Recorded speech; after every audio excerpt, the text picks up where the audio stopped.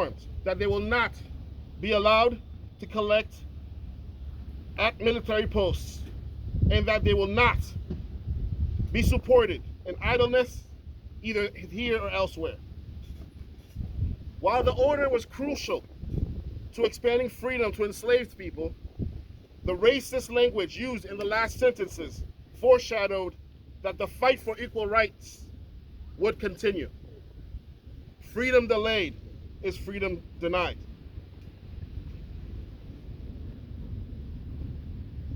We are thrilled this afternoon to welcome Marcus Coward as our guest speaker this year. Marcus is a politician and activist in New Bedford, leading the next generation by spreading a positive message of civic engagement and community involvement.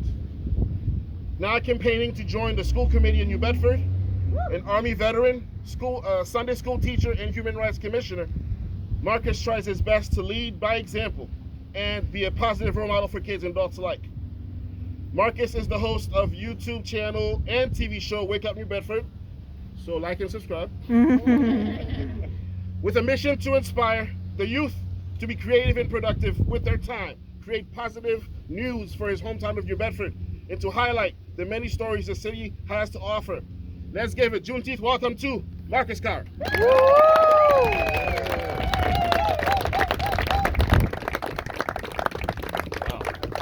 What an intro. Thank you everyone for being here. This is such a beautiful day, and thank you to Tri-Town Against Racism and Jessica for finding me and making me the guest speaker on today.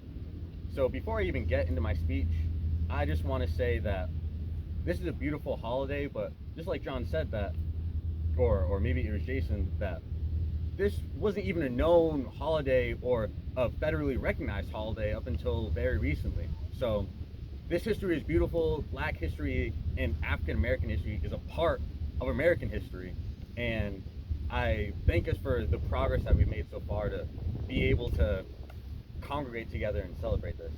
And this past Memorial Day, I had the pleasure and the honor of going to the National Museum of African American History in DC.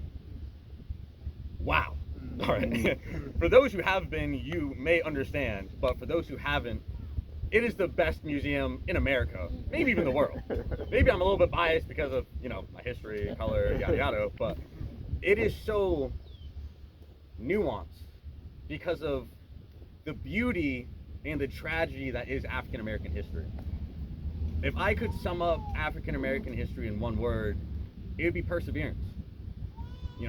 Coming from slavery through Jim Crow to civil rights to Donald Trump, we have to persevere through a lot, as do so many Americans here, standing before us right now. So I just want to say, after I left that museum, I just had this profound appreciation for my history. I'm so proud to be Black. For a long time, I was conflicted. Sometimes I thought I had it harder, sometimes I wished to be something else, but I would not want to be another color, another person in another time. So thank you all for being here. Thank you for celebrating my history, this history, and let me get into my speech. Today, I speak not as a human rights commissioner, nor as a politician. Today, I speak as a proud African American born and a descendant of slavery. Before I go any further, can everyone hear me? Yes. Okay, great. I just want to make sure. Juneteenth is a celebration. It's a celebration of liberty, freedom, and equality. But as I'm sure we all are aware, this history is as beautiful as it is tragic. It was not the end of the struggles of Black Americans, but it did mark a new beginning.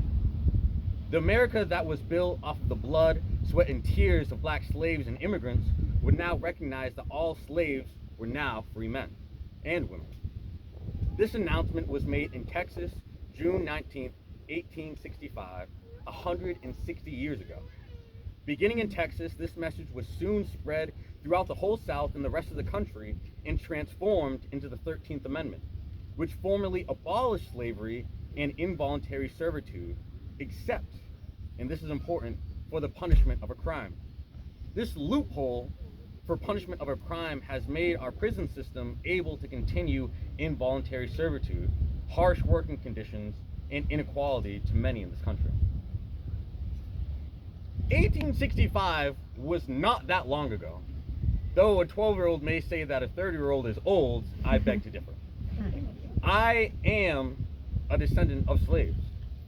4 or 5 generations ago for my family, we still live with the effects of slavery. Though I was born here in New England, my family comes from Virginia and Maryland. And this is as far back as I can trace my family's history and roots. From not knowing our true heritage to systemic racism to unfair culture in society, African Americans have always had to and still persevere to create a world we feel like we belong in. But that struggle and perseverance birthed the most beautiful history our world has ever seen, African American history and culture. Although much of African American history is not taught in schools, that does not take away from our various important contributions to history. The harpoon gun was made by a black man. A free slave, Lewis Temple. Garrett Morgan, who invented the gas mask for soldiers' use and a prototype for the traffic signal. Charles Drew, a medical pioneer who developed methods for storing and transporting blood plasma, leading to the development of blood banks during World War II. These are just a few you may have not known, but African Americans also includes the creation of blues and rock and roll, rap music. We innovated in fashion and food. We are historians, writers, poets, and artists of all genres. We can be as funny as Kevin Hart and Richard Pryor, to as thoughtful as Frederick Douglass and Barack Obama. I would be remiss if I didn't name others who have inspired generations of African Americans, such as Harriet Tubman, Fred Hampton, Sojourner Truth, Thurgood Marshall, Paul Robeson, Sidney Poitier, Martin Luther King Jr., James Baldwin, Maya Angelou, and so many more. All the way to someone you may or may not have heard of, LeBron James. African Americans are creative, loving, courageous, and innovative, and have always only strived for equality and economic freedom. African American people stand for justice around the world. Maybe due to all of the injustices we have faced in our history and still face today. It would be wrong of me to celebrate Black history without mentioning Palestine. Important figures throughout history have talked about and shown support for free Palestine. People who you know and look up to, like Gandhi and Nelson Mandela, to Muhammad Ali and Malcolm X, to Obama and Bernie Sanders. For decades, some of the brightest and most peaceful minds have stood with Palestine, and I, Marcus Coward, want to be on the side of history that they are on. Many Jews are right there alongside Palestinian supporters, because it's not a matter of politics, but a matter of unity. Juneteenth is important now more than ever. President Trump is doing and has done everything he can to destroy the many civil rights that people spent years fighting and dying for. The reality of social and systemic racism cannot be ignored.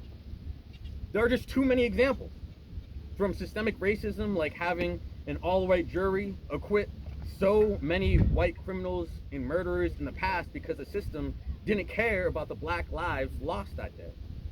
Or how when buying a home, to this day, Black people will need to take down family pictures, or else the buyer will offer less money for the home than if a white family owned it.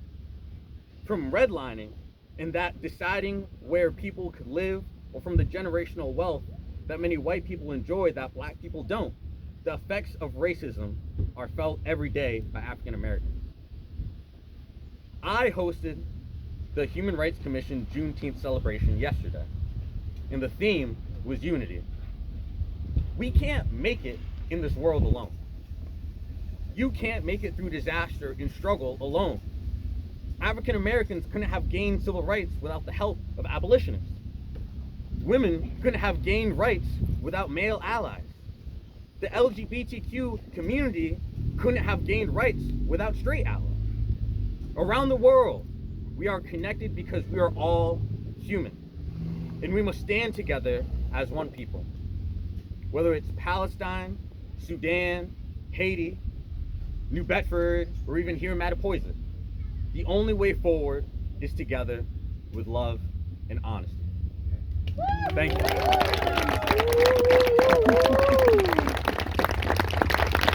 Now I'd like to welcome to the stage our next speaker, Kendall. Thank you, Marcus. That was so good. I'm doing the closing speech, but to have a young human be able to inspire a new generation is pretty remarkable. So thank you. Thank you. Much appreciated. My name is Kendall Smiley. I am Rochester born and raised, and I appreciate everyone coming out in this fine day. It's very emotional to see everyone out here. But in closing, we want to thank everyone, TTAR, and this is a quote from Adrienne Marie Brown. I am learning that getting well in community is liberation. We are interdependent. When one of us attains freedom, it elicits, rekindles that longing in each of us. When we learn to feel, when we learn to stand with each other in feeling, when we learn to tune into the wisdom of our own bodies, to love ourselves, to love each other, we are doing the unthinkable. We are creating new worlds of possibility. It is our duty to fight for freedom. It is our duty to win. We must love each other and protect one another. We have nothing to lose but our chains. Thank you, everyone, and enjoy. We have books and refreshments. Please continue to